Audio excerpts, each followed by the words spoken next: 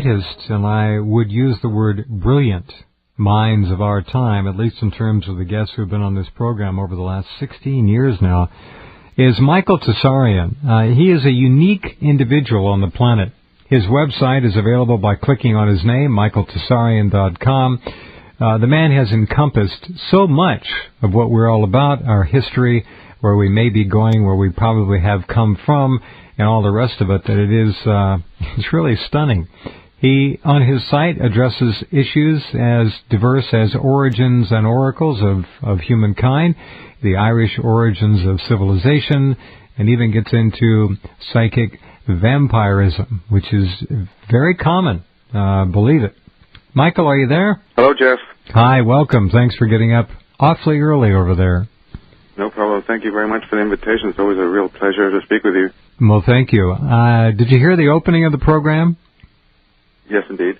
Good, because you are, again, one of those extraordinary human beings who comes along with a mind of a supercomputer, but it is tempered with wisdom and insight, and you've just produced another video, and I just got it the other day, have not had a chance to look at it yet. It is called Architects of Control Program 1, Mass Control and the Future of Mankind. As we look around the world now, Michael, I'm not speaking for you, I'm talking rhetorically, but as one looks around the world now, especially this one, me, I am not encouraged. I see decay, I see evil, I see a mass media culture of absolute cradle-to-grave mind control, manipulation, and instilling in people of a fear-based paradigm of life, which is very cleverly and brilliantly reinforced by themselves. It's called peer pressure. Starts out when the kids are young and runs right on through adulthood. So we are really, I don't know if we're at a crossroads, Michael. I think we're past the crossroads, frankly. That's my opinion. But let's hear your take on all this. Where are we? No, I couldn't agree more. I mean, you'd have to be deaf, dumb, and blind to not notice that, something is severely wrong with, standards and values and so forth. And it doesn't really matter what part of the globe you're from. Right. It certainly doesn't even matter what kind of class or caste you're from, these petty divisions. People have to really see something is fundamentally, wrong with what is going on. And there's something fundamentally wrong with the species, whether it's a genetic defect or not. Here we have a fraction of a percentage of the world population quite literally controlling the world. And those people are downright evil. And they laugh at us, they mock at us. Our morals, our values are viewed as weakness to them, and they take full advantage of it because they are sociopathic. But that word doesn't really come close to, I think, adequately surveying what they are. No, of course not. I mean, even the ancients who knew and wrote down that these people were in league with dark forces, they basically called them demonic, that they're in league with them, they're possessed, is other terms that are being used, or fellers of men, the people who have no good in them, in the sense that they've no human in them, And right now what we see in the world is a slow process of identification. If you believe, like I do, that, this was a form of genetic interference, and there is literally, in a literal sense, an alien strain or an alien element to a man's consciousness. What's happening nowadays, probably what's been going on for centuries, is the slow, historical identification with that alien half of ourselves. Mm-hmm. Meaning, in other words, that the human side is totally being forgotten. Whether man is becoming even tired of his own humanity, maybe because of the world wars, they've annihilated everybody who was of courage. Let's just, get to the quick of this, and they have already buried everyone who really did understand what the power of the word no, who did struggle for freedom. Maybe they're all gone, and what's left is sort of a genetically weaker soul that simply wants the chain, wants the leash. Right. Well, many people do. They want to be taken care of. It starts at your doctors. Doctor, heal me. There's nobody taking responsibility or accountability. And, of course, those two things are the first two values to go out the window with America's youth, by and large. There are exceptions, of course, but it's all promulgated and instilled in people, inculcated around the clock through the electronic mass media. And I don't exclude the print media for a minute. I mean, look at People magazine and all those other trash publications. I mean, these kids... And look at the teens. Yeah. Look at the teens who have just stepped out of that. I mean, you literally think that you're dealing with some sort of weird Doctor Who type Twilight Zone situation in which these kids are the exact duplicate, right down to the watches that they wear and the sneakers and the mentality, which is the worst thing of all those. I don't mind somebody being into fashion, that's no problem. But when the whole consciousness has been eviscerated on top of everything else, and they've swallowed every dark, filthy, pornographic meme that the media can throw at them, then you've got some serious problem. Right. All true, and as I said to parents many years ago, the first time you allow your child to sit in front of commercial television is the beginning of the reprogramming of that child away from you and into the matrix. It's real simple. And that includes video games, so-called games. How do they call them games? These kill games that kids play. Even if they're squashing acorns, it doesn't matter. The violence is there. The death is there. The destruction of a living life form can take on all manner of guises. It doesn't matter. They're teaching... Go ahead. No, it's me and my colleagues at Blue Fire Film. We just finished shooting in Ireland. We're working on Program 2, and we finished. We wanted to go to Ireland, to Belfast, to do a C.S. Lewis segment. At night, we'd come home exhausted. I'd sit in my brother's house, and he's got a young child. My nephew, and his parents, my brother and his wife. They'd see me or me and Henrik, sitting watching a little movie on the computer or whatever, and they nearly jumped out of their trousers. They're like, sort of jumped on us, said, "Oh my God, don't let Rohan watch the television." So what are you guys watching? Is it suitable for him? Because they have never exposed him to television at all. Wow. And even us just relaxing at night, they want to make sure that we're watching, because he sneaks behind you to kind of see what's going on. It's the Count of Monte Cristo or whatever, swashbuckling or whatever we happen to be watching, and they're dead certain. Do not expose him to that. Well, they're so wise. Proud of them, Yeah, wise, very wise parents. Well, you can see it in the kid. You can see it in the kid. And sure. We have a few other examples like that. And you can see the difference in the wide-eyed. He hasn't been vaccinated, right. And you can see it in his natural energy, his natural He's alive. Intelligence. Yeah. He's alive. Yep. Yeah, he's not a zombie. The tragedy of it is even parents who do good work see their efforts washed away in a matter of days by peer group pressure. These kids want to run with their peers. That's their world. That's their whole entire paradigm. They yearn for it, and they will go for it, and they will walk away from mom and dad. Even if the mom and dad, as a family unit, have been terrific and all the rest of it, sooner or later, it's an intoxicant for these kids. They cannot stand... I don't care who you are. Nobody wants to be excluded from the group, right? And they get around these kids. No, they get around these other kids, and that's exactly right. And they're persecuted if they're not in. You're out. What do you mean you don't watch that? Come on, give us a break. Whatever it is, it doesn't matter. And then you go to the films. I don't go, but these movies now, Michael, that are called entertainment, that are supposedly humorous. There's nothing humorous in them at all. I walked into one 3 years ago in a multiplex theater just to see. I didn't pay for that particular film.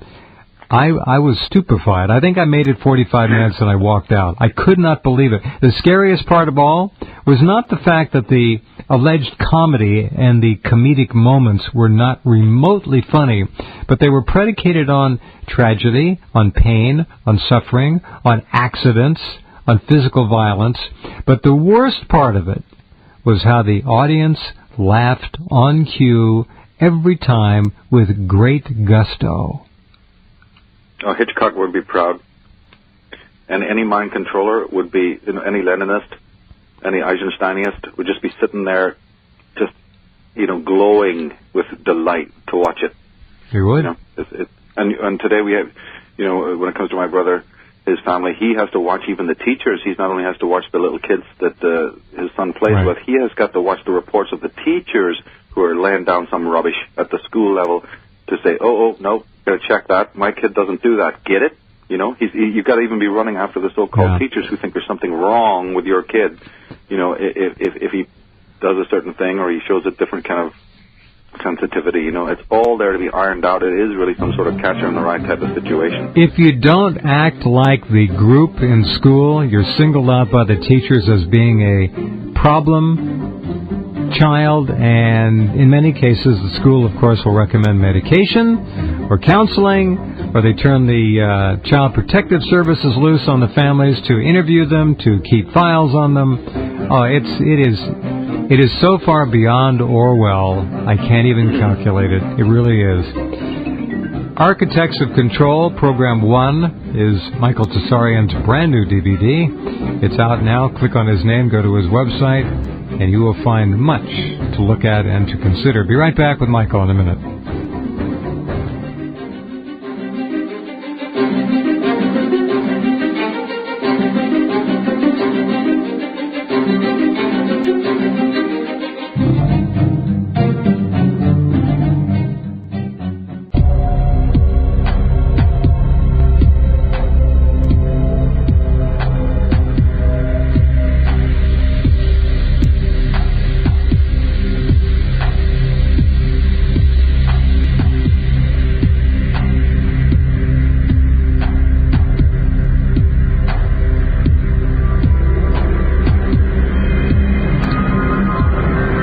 All right, we're back with Michael Tsarion up very early overseas, and I want to invite you to go to his website. Just click on his name, michaeltsarion.com. Look in the middle of the menu, Architects of Control, and that is the new DVD. And there are 2 trailers, 2 teasers, as it were, which you can watch.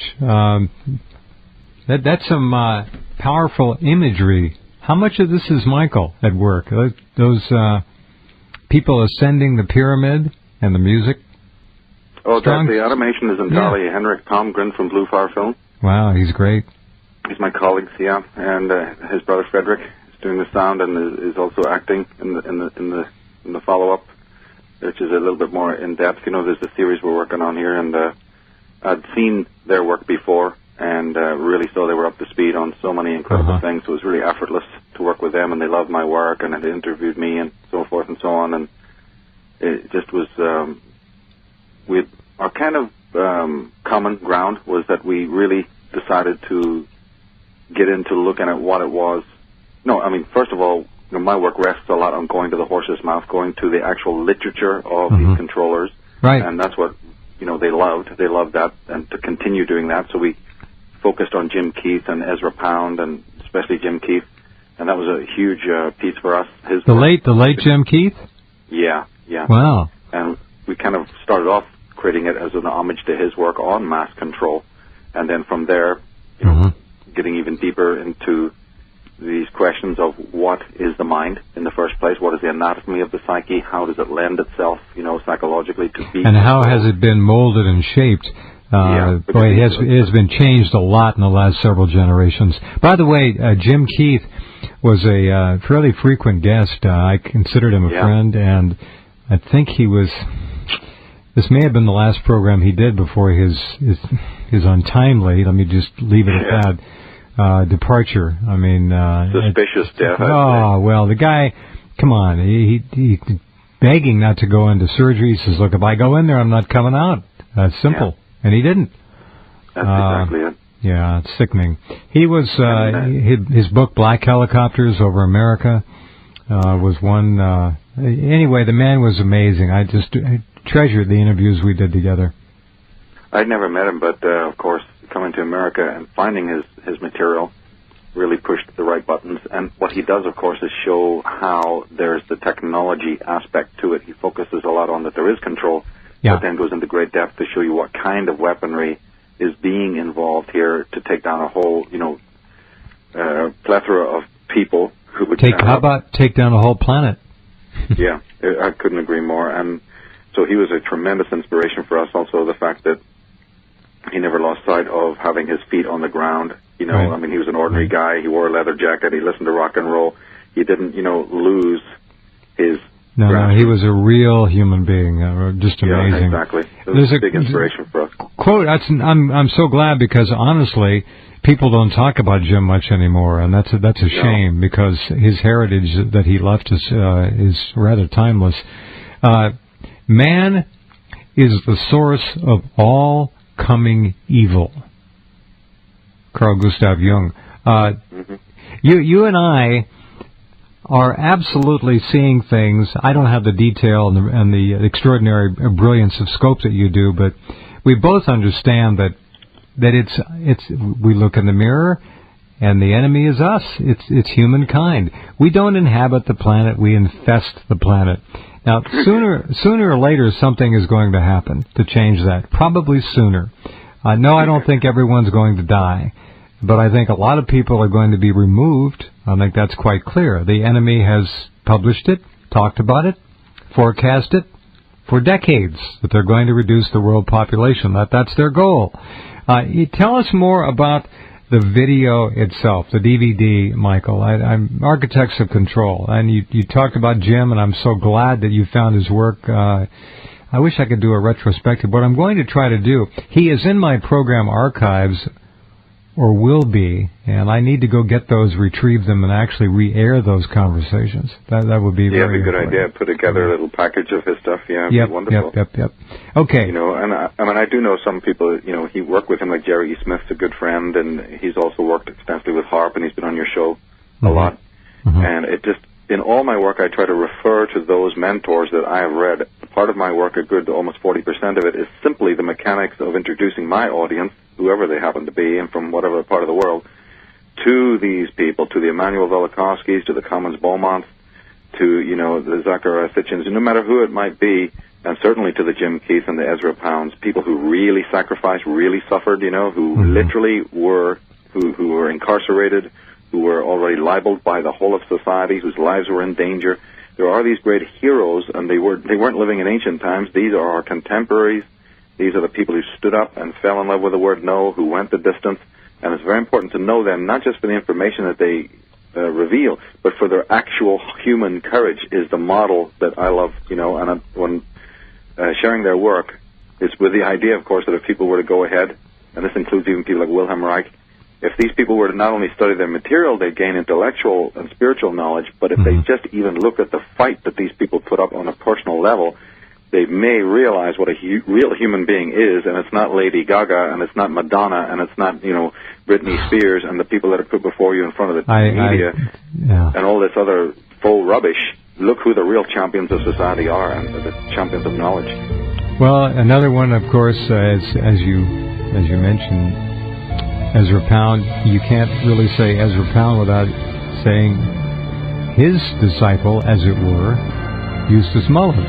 Yeah, absolutely. And Eustace is another hero. And that man has more knowledge in his brain. He's getting up there now, but he's been on many times. Yep. Amazing man, just an amazing mind. There are great people amongst us still on this planet. It's not all over yet, but the clock is ticking. Michael Tsarion's new DVD, Architects of Control, Program 1, is now available.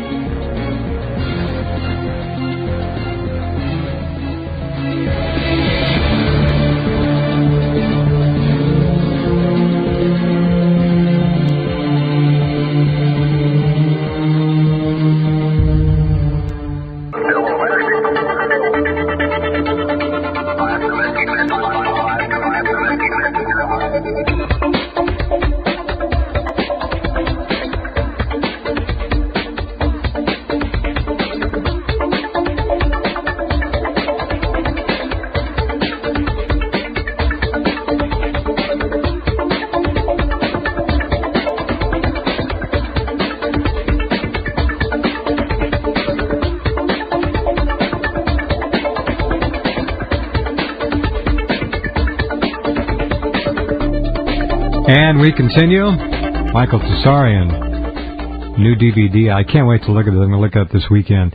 Architects of Control, Program 1. First in a series, Michael, I guess. That's right. This is a project we've been long trying to get to, and we definitely have a follow-up on the way, you know. Good. If there's anything I can do to help you in any way, probably not, but the door is always open here, and I'd be happy to, so keep that in mind. Your work is just extraordinary. I've always been amazed by it. When you do other talk radio programs, what kind of interaction do you get? I don't take phone calls here. I never have. I like to hear from the guest and develop as much material as I can. But what is your take on the average person who listens to so-called alternative radio and alternative media? How much of it do they get? I mean, are they really a force to be reckoned with, or are they kind of just, they get a piece here and a piece there? Because as you will be first to say, along with me, this is such an extraordinarily complicated, sophisticated, evil, treacherous image we have to try to wrap our minds around, that I don't blame most people for not being able to do it even when they want to. That's true, and I personally got a lot of great feedback today. In fact, I was on another show, and a lady called, and this was a doctor, and she was probably in her 50s, and said she had an Irish background, and gave me the most beautiful compliments, and said that my work was helping her to keep the light going and, not give up hope. And so things like that are nice. Extraordinary, Yeah. And Henrik will say the same thing. And we get even a lot of the youth, who look at us as models and feel confident that it's okay to have a brain, it's okay to use your reason.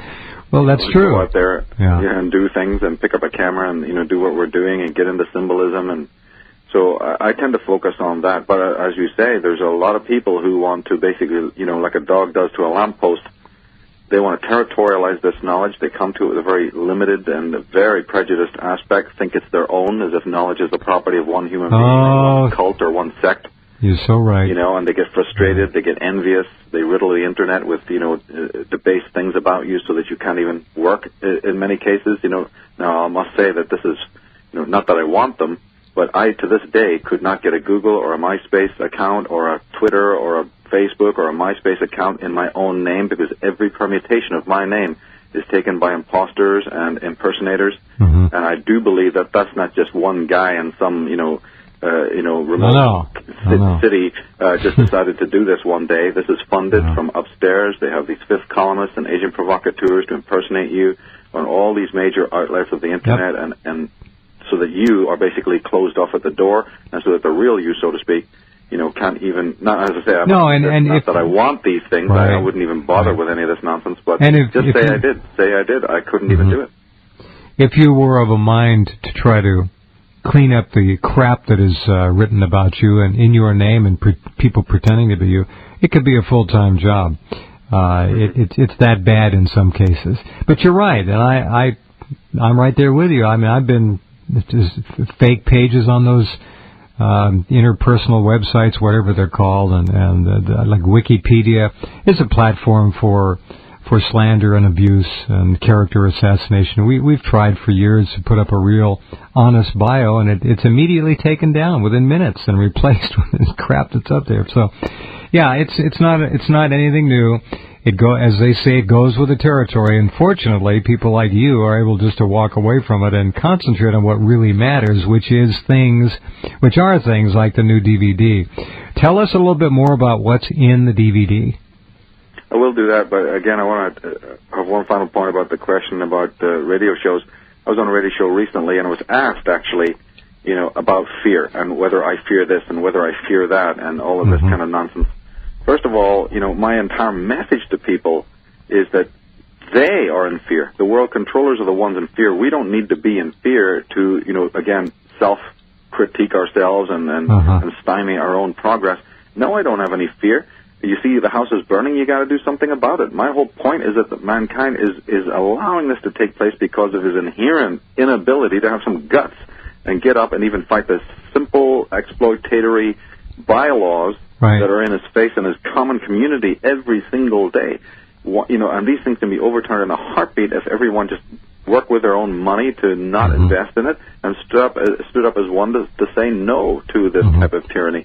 Whole governments, whole civilizations, whole empires have been contradicted and have fallen in the past. History tells us that a small group of people, for instance, like the Irish, can in fact, by just simple persistence and simple, action, stop an entire empire's Leviathan from moving forward and steamrolling everyone. And yet here we are in the greatest country in the world, America, in 200 years, this type of apathy is set in the DVD. We explore what are the reasons for that. There must be some reasons for that. And with Jim Keith, as a mentor and many others that we introduced in the program, we start taking a step-by-step action to lead up to this point that says, yes, we know that while there's a government in the world, there can be no freedom. But we also have to understand there is no shadow of doubt. It's not a matter of conspiracy nuts talking about the psycho-civilized world. They are telling you about it. It exists in the titles of their own work. It exists within the content of these people's writings. I have a quote right here from a guy called Dr. G. Brock Chisholm. He's the psychiatrist for the World Federation of Mental Health, and he literally says in his own works, to achieve world government, it is necessary to remove from the minds of men their individualism, their loyalty to family traditions, national patriotism, and religious dogmas. They wrote it. They're telling you, whether it's a Dr. Delgado, or Charles Osgood, or Ray Kurzweil, I don't care. Yeah, that was it. That you just saw. That ought to be read to every American every day. That's the whole plan. It's right there. Mm-hmm. Wow. They have the top geneticists, not only symbolism from the Knights Templar and from Freemasonry, literally blatantly using it. It turns up in the videos of the latest pop icons, like Lady Gaga. I have a symbolism page on my forum. People can go and check that out. But it appears in the writings of these Pied Pipers who are employed to lead man right down into the cybernetic purgatory. We have the quotes, and we want to show that we're not bashing technology. We admire technology. Technology is neutral. I mean, you can kill your enemies faster than ever before with technology, but you can also do amazing things and healing things and serving mankind with technology. So technology is not the problem, but if technology is in the hand of psychopaths, we have a problem. It reminds me of that old movie with Charles Bronson where he goes, I ain't got a problem with guns. Idiot with a gun? Yeah, I got a problem. That's the thing. The idiot with the gun. The psychopath, the madman, the sociopath.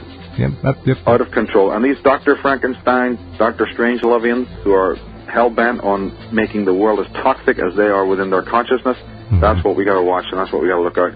And we've always, Henrik and I, because, as you well know, I've done work that, gets into a lot of esoteric, dark shadows and areas, and sometimes that's good. And there's also times then to sort of, again, turn back and sort of deal with fundamentals for the new generation of people coming into We can't leave anybody behind. Exactly right, Michael. Stand by. We'll be back in just a minute.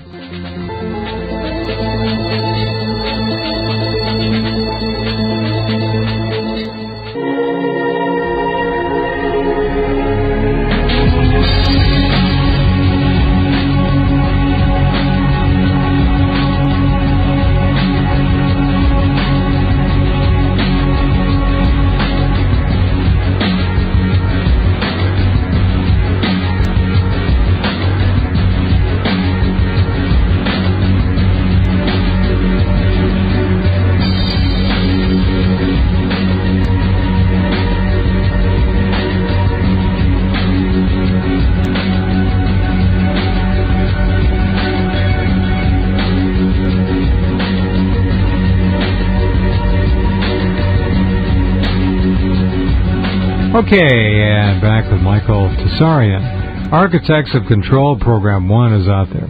So, in the immediate future, as the media exerts an even stronger and stronger stranglehold on our young people, turning them into almost an unrecognizable species, and I've said this 1,000 times, how do you awaken an intellect when it's dead, when it's never been developed, when it's stillborn? It doesn't happen. These people don't speak our language. So keeping in mind, as you do, that everybody needs to be brought along and brought up to speed, that's crucial, because we have young people all the time who are trying, they know something's wrong, they don't know where to turn, and they get confused easily. But at least they're trying, and that's the group we have to try to bring in to the fold here. Well, also, that's true, but at the same time, you can't be dependent I don't live personally myself in any form of expectation, and especially in the professional work that I do, that can be a very big problem, because if you're connected with expectation to the results of what you may do, you would have, given up years ago if you just look around at the world. my motive has been to do this because I love it. I love the sound and the fragrance of the studies that I'm in. I have a relationship with knowledge and a relationship with, these studies. I'm not just trying to gain knowledge. I'm trying to, enter into a relationship with knowledge. That's me on. Yeah, that's a great expression, Michael. I have a relationship with knowledge. A relationship. Think about that. That is really important.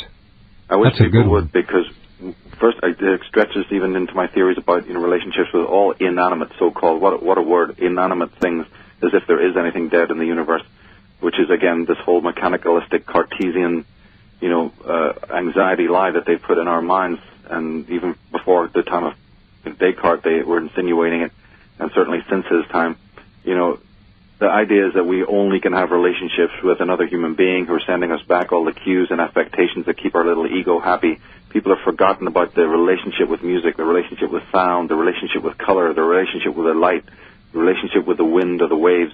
DVD, our series, is also part of this to show that, do you not know that you've got friends in the so-called inanimate world that you don't even notice?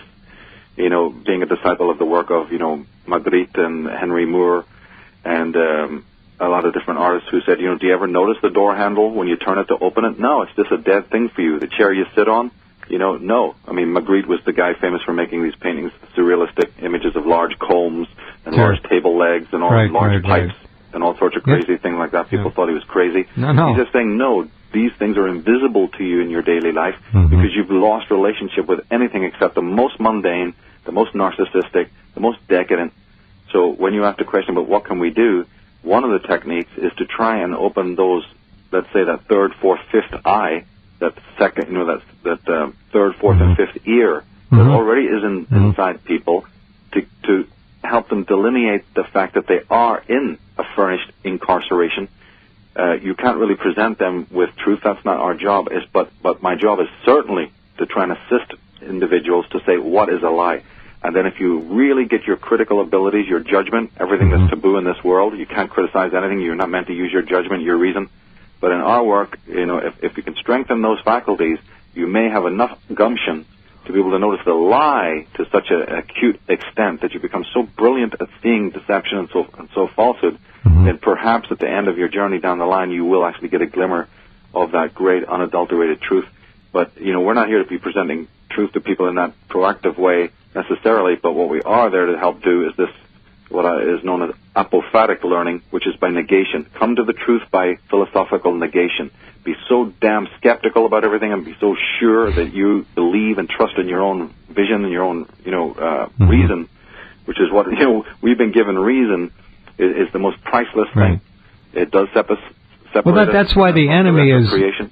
That's why the enemy is hell-bent on destroying self-empowerment. They take down self-esteem. They take everything down. They know the game. Keep everybody petty, trembling, and in fear. Keep your heads down, folks. Keep chewing. Don't look up. And unfortunately it works because they have the most brilliant scientists who are corrupted beyond all measure and the most incredible technology the world has ever seen, at least this time around it's ever seen. I think it's been here before, long ago. But at any rate, we have the ability now to get into people through not only the media, as you know, Michael, but the electric grid. Every home is like a little cage of electric grid wires, and they can put all kinds of things onto the grid, and it goes right into the home, influences people. The food is toxic, the water is toxic, the entertainment is toxic. Every damn thing is practically toxic now. We've got a sick world, and that's a an obvious statement, but I just don't know how to go about curing it. It's not easy, and it's a very, very difficult and complex subject. Well, part of the problem, part of the cure is the ability to see it for what it is. So it may seem early stages, but as long as a person can develop the idea, which again a lot of the people that check out my work are sort of coming to that level where they do see the problem, and that is halfway to the solution. It's very, very important because you hear a lot of even normal pundits and sort of activists talking about how man has been uprooted and he's not part of his traditions anymore and so forth and so on, and they're very, very true, but it goes deeper than that. These individuals have been able to literally get into the very psyche itself. They've made acute studies of this. through their institutions, of which you could mention many orgs involved. But the thing is that they've been able to get into the very core of a man's selfhood.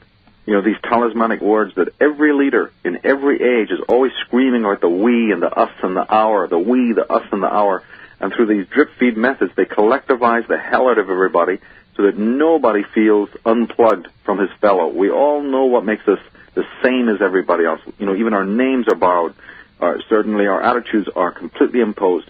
Nobody teaches anymore what it is that makes an individual unique.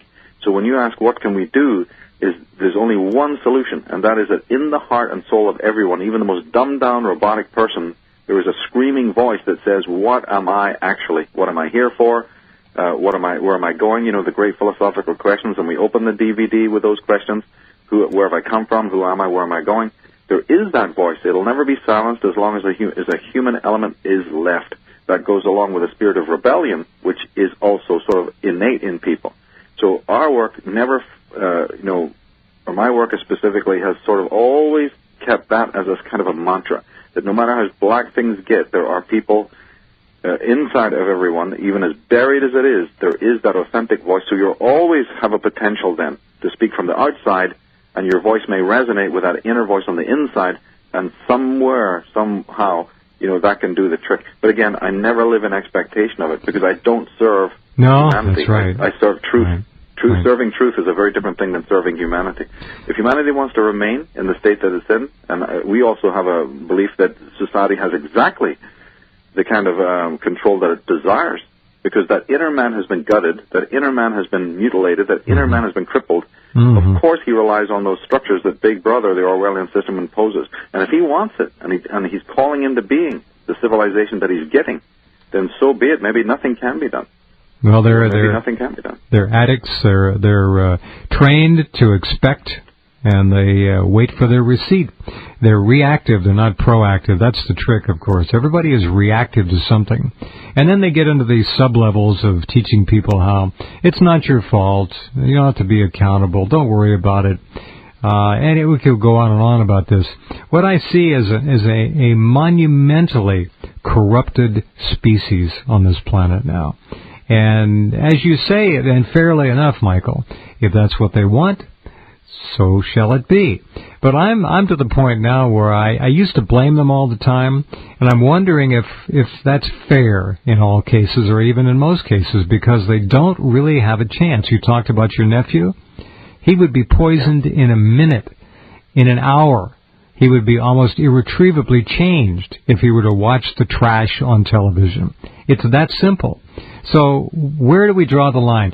As you say, though, and very wisely and sagely, you don't worry about that because that is not the group you're working for. You're serving the truth, and whatever happens will happen, and you're serving the truth to the best of your ability, and no higher calling can a man or a woman, I don't think, find.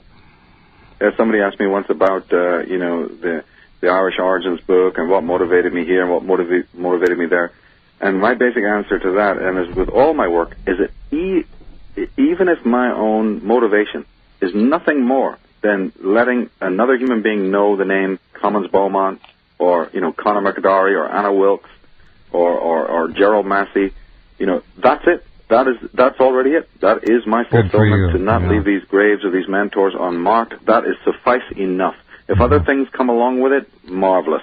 But my personal, and always has been since I started this work back in 1982 or whatever it was, in the earliest days when I didn't know bugger all really, but the motivation has been from the outset: honor the mentors, honor the teachers, live in their light, examine their works.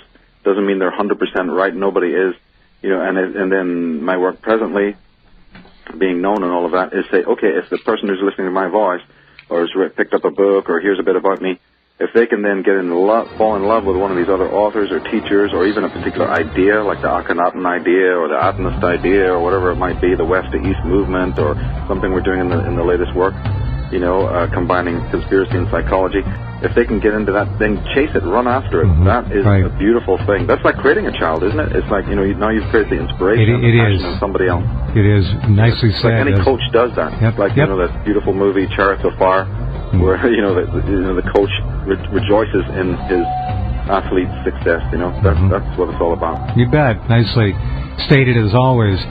Michael Tsarion is with us. Another half an hour to go with Michael, then we're going to let him get some rest. He's up early over there. His new DVD, which I'm going to look at this weekend, is called Architects of Control, Program 1. You can find it by clicking on his name at Rense.com and going there. So we will be back after the top of the hour news break in just a few minutes with another half an hour.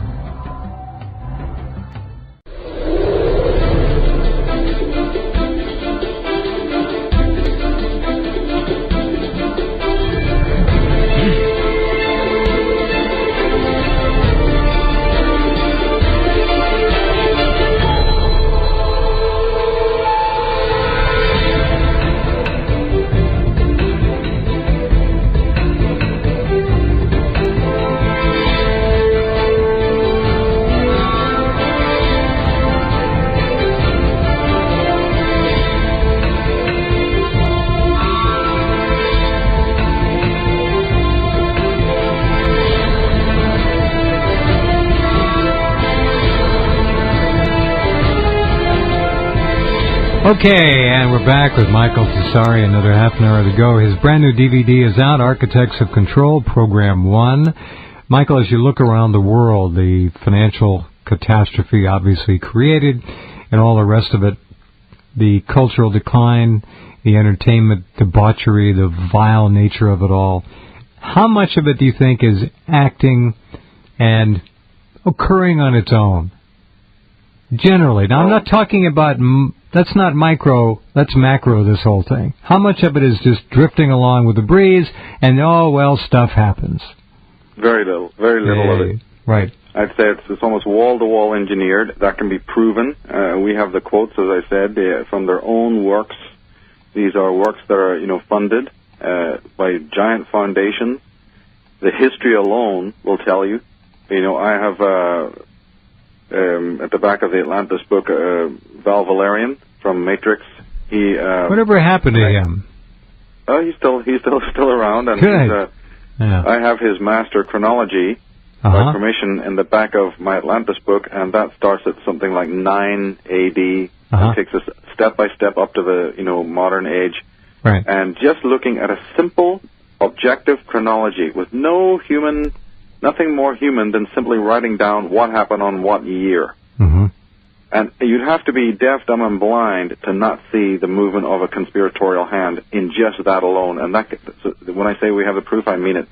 Without any interpretive quality whatsoever, without any interpretive editing whatsoever, just simply saying, with mercury, opium, sugar, caffeine, war, you name it, all the carving up of Europe, for instance, after the Second World War, the designs on America that have been taking place almost since the inception, the whole federal lie, the lie of the whole federal government situation, whatever you want to, look at, these happen on certain years, and when somebody like Val Valerian does a masterwork like that and says, pull back from the canvas now, instead of going up close to it, let's pull back and just look at the general flow of the colors on this canvas, it becomes absolutely 100% impossible for a sane and rational and unbiased mind to deny that there is this movement and that it is orchestrated and denied. And at that point, when your work has that much purity in it, then obviously the person who's going to debunk it or rebut it is by definition slime. Sure. Slime also working for the enemy. The other side. Yeah. Obviously. Good point. This issue is huge, and for those of you out there who really care, I hope you'll get Michael's new DVD, Architects of Control, Program 1. I, again, will be looking at it this weekend.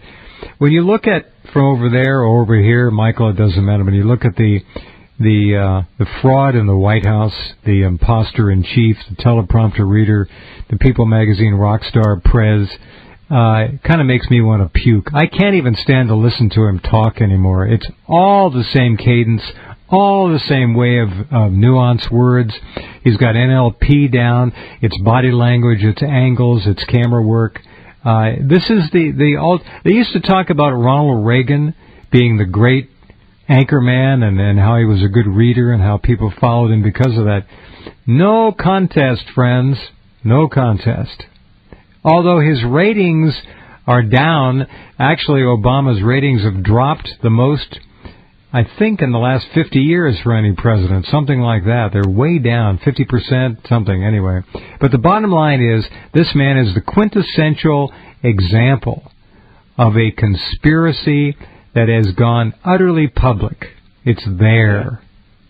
That's right. And the lefties, the so-called Fabians, to more correctly position them historically, are jumping with joy that they have a colored man that can not only fool other colored people into thinking, you've really got a champion there, yeah, right, and can bamboozle the white man who has basically had every single character trait and every single aspect and principle of his own tradition erased, to the point where he doesn't even know who he is anymore. European Americans are, like the middle class, under attack, and they're being slowly but surely eradicated.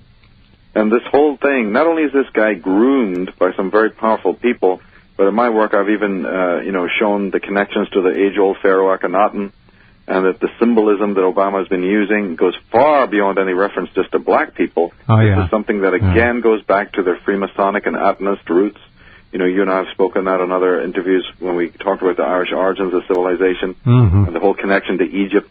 So there's tremendous Egyptian symbolism around him and his wife and around this particular dynasty. And I say dynasty with accuracy because America is run by oligarchy.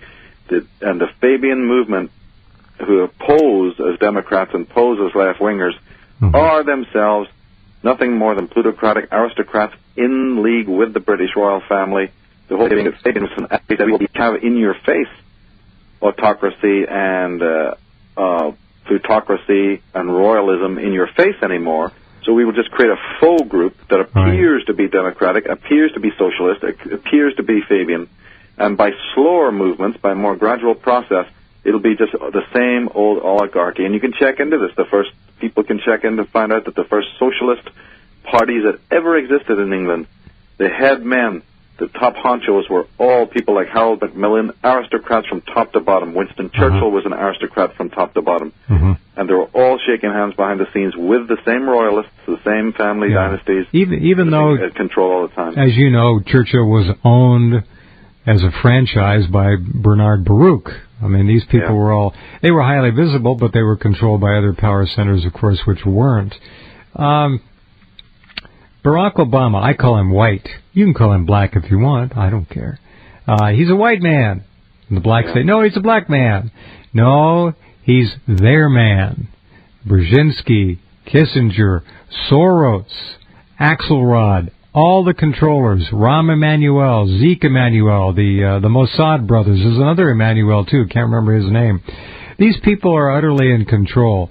Obama, as I've said, is tap dancing as fast as he can to please many masters. Believe it.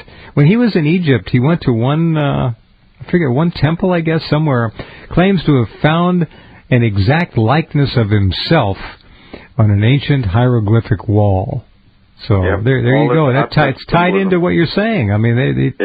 It's very, very brilliant when you get into the Egyptian aspect. Of course, people have to realize what that is. When we're saying Egypt, we're not just speaking about Egypt in general. We're speaking about a specific dynasty. The roots of this tyranny go back to Akhenaten, to his Atenist family, and there's a tremendous story in that we go into in the Irish Origins books and a DVD, by the way. Well, the bloodline is all there. You're right.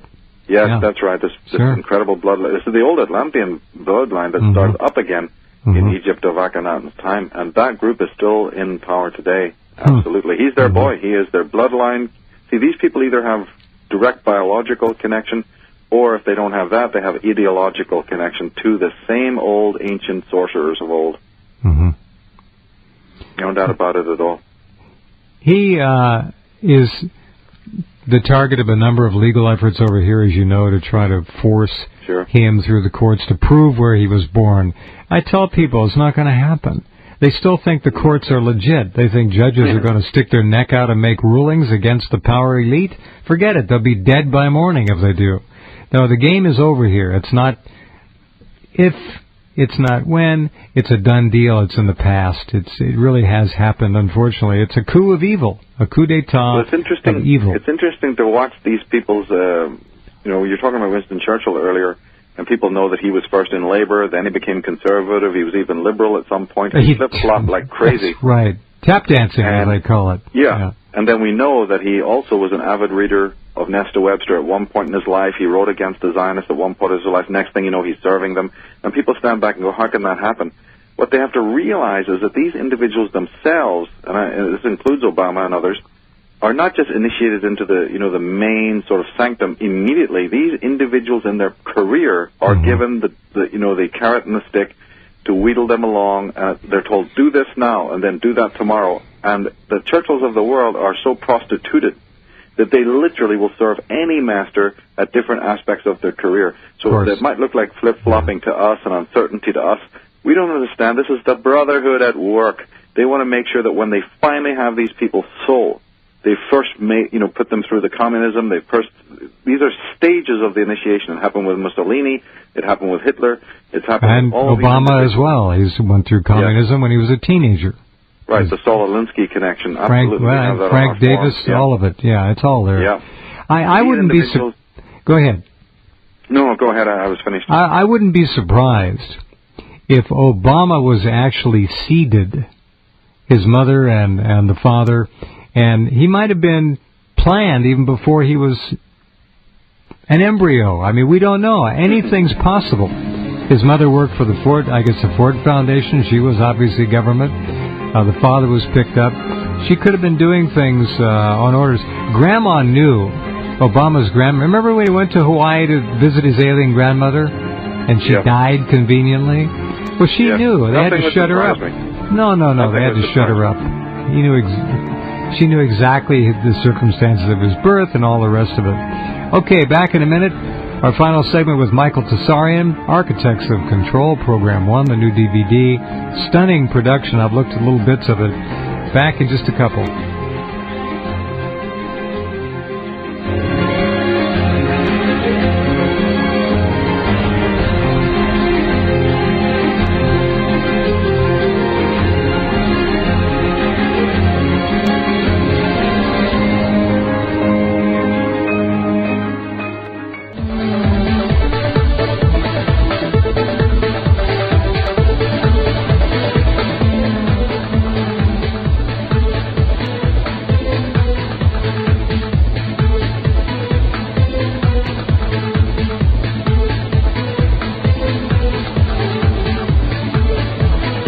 Okay, back with Michael. As many of you know, the ragged edges of this decaying world of ours become more and more apparent all the time. We lose, it's over 100,000 children a year in this country, in the U.S., disappear, Michael. I don't know if it's the same in Ireland. I don't know what it's like in the U.K., but I think it is pretty high in the U.K. as a whole. These kids disappear, they vanish. Some are found, some aren't. Obviously, we have human slavery and all the rest of it. It's beyond belief. All of this decay and this aberrant behavior, almost animalistic, inhuman, insane behavior, is being proffered and encouraged by the breakdown of the system. This is all part and parcel of the plan. Nothing happens by accident. That's right, and it's the alien. It's the identification with his alien strain. There's simply no other word for it. Well, what is it? How many genes are there in people that are actually called alien DNA? I don't know what it is, but there's a percentage of it that the geneticists actually call alien DNA. Absolutely. We've talked about this before, in which they've even discovered this alien DNA, and my goodness, you know as well as I do that they know a lot more than they're telling. So. Oh, yeah. It's there. And you don't even need to go to the genetic level. Just look at the consciousness of people and the acts that are taking place criminally all across the board, even towards their children. They're inhuman, beyond belief. Yeah, now, here's inhuman. Yeah, here's a question, non-human. Here's a question, and I don't expect you to come up with an answer, but it's interesting to kick this one around. Everyone's talking about 2012. The sun, no more sunspots. There are signs and indications that things are a little unusual, but not unprecedented. Now, that said, we have the World Seed Bank in Norway. We have Google trying to literally scan and digitize every book on the planet. Somebody could make an argument that maybe something bad is coming, and they are trying to collect some important parts, as it were, of civilization. Anything on 2012 in your world, Michael? Well, they have their global village that they're building, and this has been the architecture of this has been planned for centuries, from as long ago as Akhenaten's little private Atomist solar cult, cult literally is what it is. And so they're still creating this superlit fluorescent, sanitized world in which everything has to be in order. Of course, we're talking about the most psychically and morally disordered people in the universe. They're the ones always screaming about order and New World's order. It's a bit of a contradiction there. It would drive all true psychologists balmy, but there you have it. And, of course, their idea is that they look at us as literally their creation. Homo Atlantis, they made us, they rule us, we'll do as they say kind of thing, And that these individuals, the creations that have been made by mankind, they believe as their, belongs to them. They're going to sequester all of that for them and their own offspring.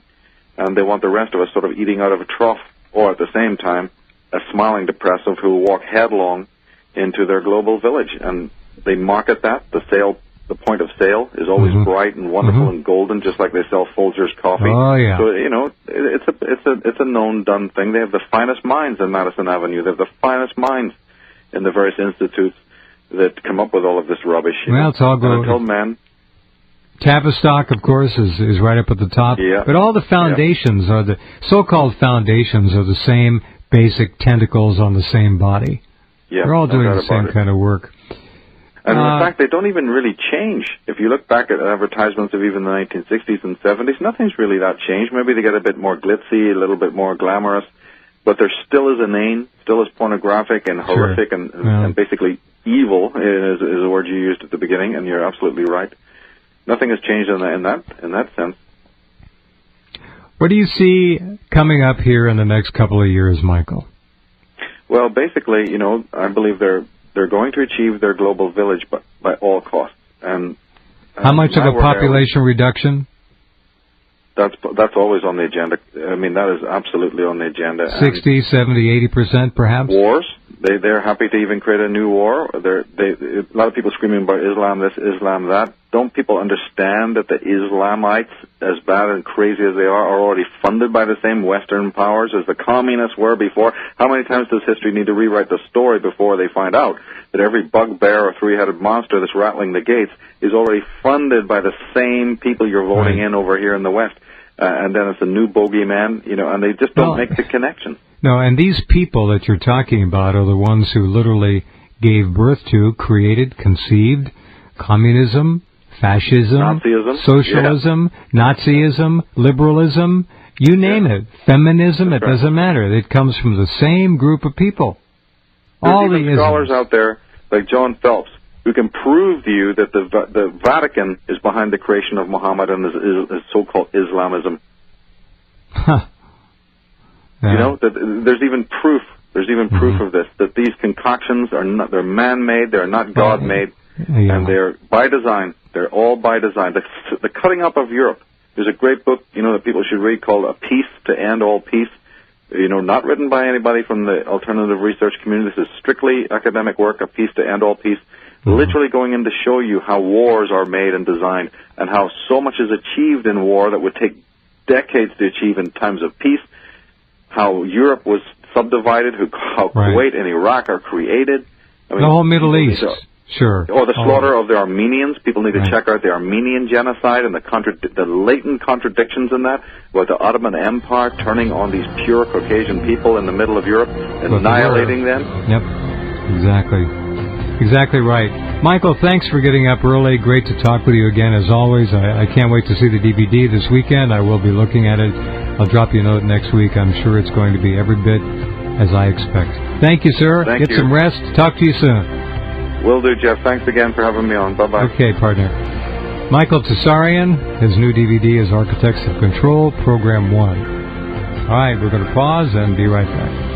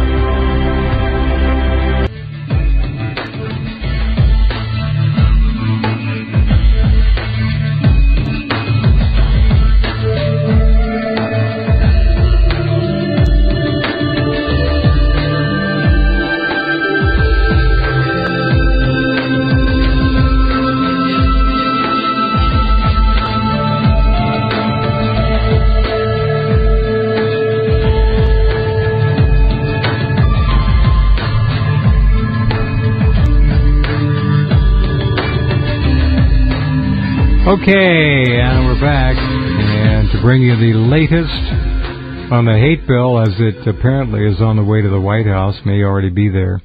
Here's a story from the LA Times today. A bill to make violence against gays and lesbians, a federal hate crime, cleared the Senate on Thursday and headed to the White House. The vote 68-29 was a victory for civil rights groups that have long sought to expand the federal statute beyond attacks motivated by religion, race, color, or national origin. So now we have sexual preference. Okay, Ted Pike is back with us tonight to bring us up to date on all this, and it looks at this point in time as if Obama, the designated teleprompter reader, is going to sign it. Ted, welcome back. Well, thanks, Jeff. Appreciate you having me on. Yes, it was considered in the Senate this morning for a few hours, and a couple of feisty Republicans, Jeff Sessions and the Saxby Chambliss, tried to strip it off, but they were unsuccessful. A debate was cut off with cloture, and evidently in the evening the Senate did give the final vote in favor of the hate bill. Mm-hmm. Where the hate bill and the arms appropriations bill are right now, I am not exactly sure. But I am encouraging people to keep those emails going in, because there is a possibility that the president will not actually sign these bills tonight. It could be tomorrow, but he needs to hear big time from the people of this freedom-loving nation. What's the latest on the F-35 jet engine issue and his vow not to accept any funding proposals for them?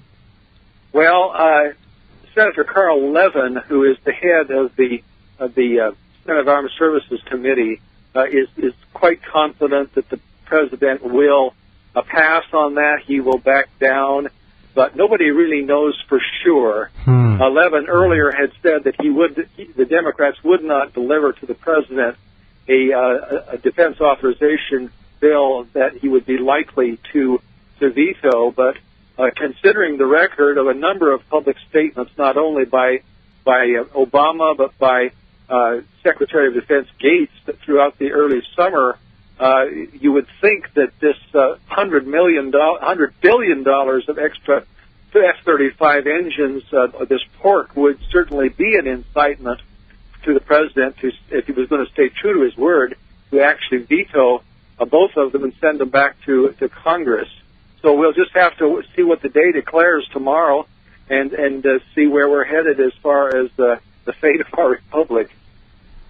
What do we know about this apparently expanded version of the hate bill now? What is that about?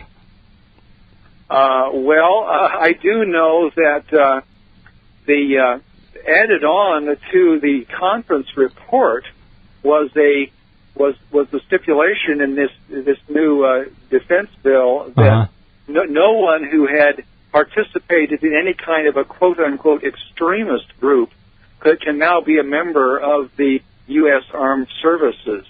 And I don't know the exact detail. I'm not sure the exact wording is even available to the public. But I'm not sure they are even defining what an extremist group is. They never do in any of these homeland. Well, that's the problem. There is no definition. It's left completely open, and it can be manipulated by almost anybody in the legal system and the governmental system as well. That's not good. That's right. They're purposely obscure because they want to put everybody on edge, lest any of us should be a member of an extremist group. Of course, they always bring in the Southern Poverty Law Center or the ADL to tell us we have a huge problem with extremist groups and the staggering multiplication of these groups in the public and in the internet and so on. But we're never given a clear definition of what it means to be an extremist group or to incite to hatred or violence against other people. And this is part of their strategy, is to unsettle the people, to cause a chill on free speech. So everybody's looking over their shoulder wondering if the thought police are looking at them or their computer or their blog or emails. visits to the library, and nobody quite knows. And the overall effect of that is that everybody pulls in and is very guarded, very restrictive about what they do say in public, especially on the airwaves of the Internet. Are any of these people raising are any of these senators raising issues of constitutionality? Does anybody even talk about the issues like that? Well, certainly in the House, there's quite a disparity between the fight and the feistiness of Republicans in the House versus those in the Senate.